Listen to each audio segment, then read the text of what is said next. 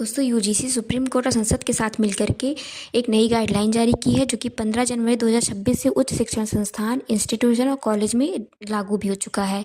ये promotion of equity in higher education institution regulation 2012 को update किया गया है, जो कि सिर्फ छात्रों के लिए नहीं है बल्कि टीचर, कर्मचारी, एडमिनिस्ट्रेशन के स्तरों तक ये काम करेगा। अब बात करते हैं 2012 में रेगुलेशन था क्या, तो उसमें definition of discrimination, promoting equality और इंस्टीट्यूशनल रिस्पॉन्सिबिलिटी के बारे में बताया गया था, उसी को अपडेट किया गया है। जैसे कि 2012 में ये कहा गया था कि एसटी/एससी के साथ अगर कोई भेदभाव हुआ तो उसमें क्या सज़ा मिलेगी, कौन सी कार्यवाही होगी, इस प्रावधान को दिया गया था।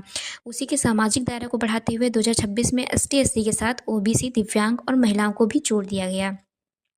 दूसरा दोस्तों ये था कि 2012 में ये था कि झूठा आरोप निकलने पर जुर्माना देना पड़ेगा, जो कि 2026 में जुर्माना को हटा दिया गया है। तीसरा ये है कि यूनिवर्सिटी और institution college equal opportunity centre और इक्विटी कमेटी का गठन करेगी। इक्वल अपॉर्चुनिटी सेंटर जो है वो इंस्टीट्यूशन कॉलेज पर निगरानी रखेगी कि ये यूजीसी के उद्देश्यों को लागू पूरी तरीके से पूरा कर रहा है या नहीं।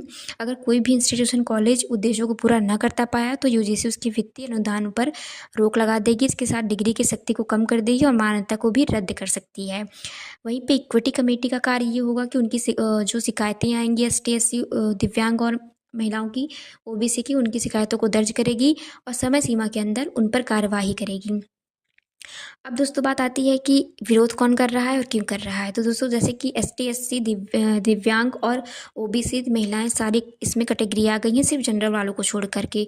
तो ये डर है कि दोस्तों ये सब झूठा ब्लेम लगाकर जनरल वालों को फंसा सकते हैं, जो कि जनरल वालों के पास ऐसा कोई प्रावधान नहीं है कि अगर उनके साथ ये कोई भेदभाव होता है तो वो अपनी बातों को उठा सके, शिकायतें दर्ज करवा सकें। उनके साथ ऐसा कोई उनके लिए प्रावधान नहीं बना है। ये सीधा सा दोस्तों जो गाइडलाइन निकला है वो बायस्ड है और ये ऐसा प्रतीत हो रहा है दोस्तों कि कानून बनाने से पहले ही जनरल वालों को अपराधी घोषित कर दिया गया हो। तो ये जो उनका विरोध है बिल्कुल जायज़ है, करना भी चाहिए। आपकी क्या राय है कमेंट में ज़रूर करके बताइए। Thank you so much.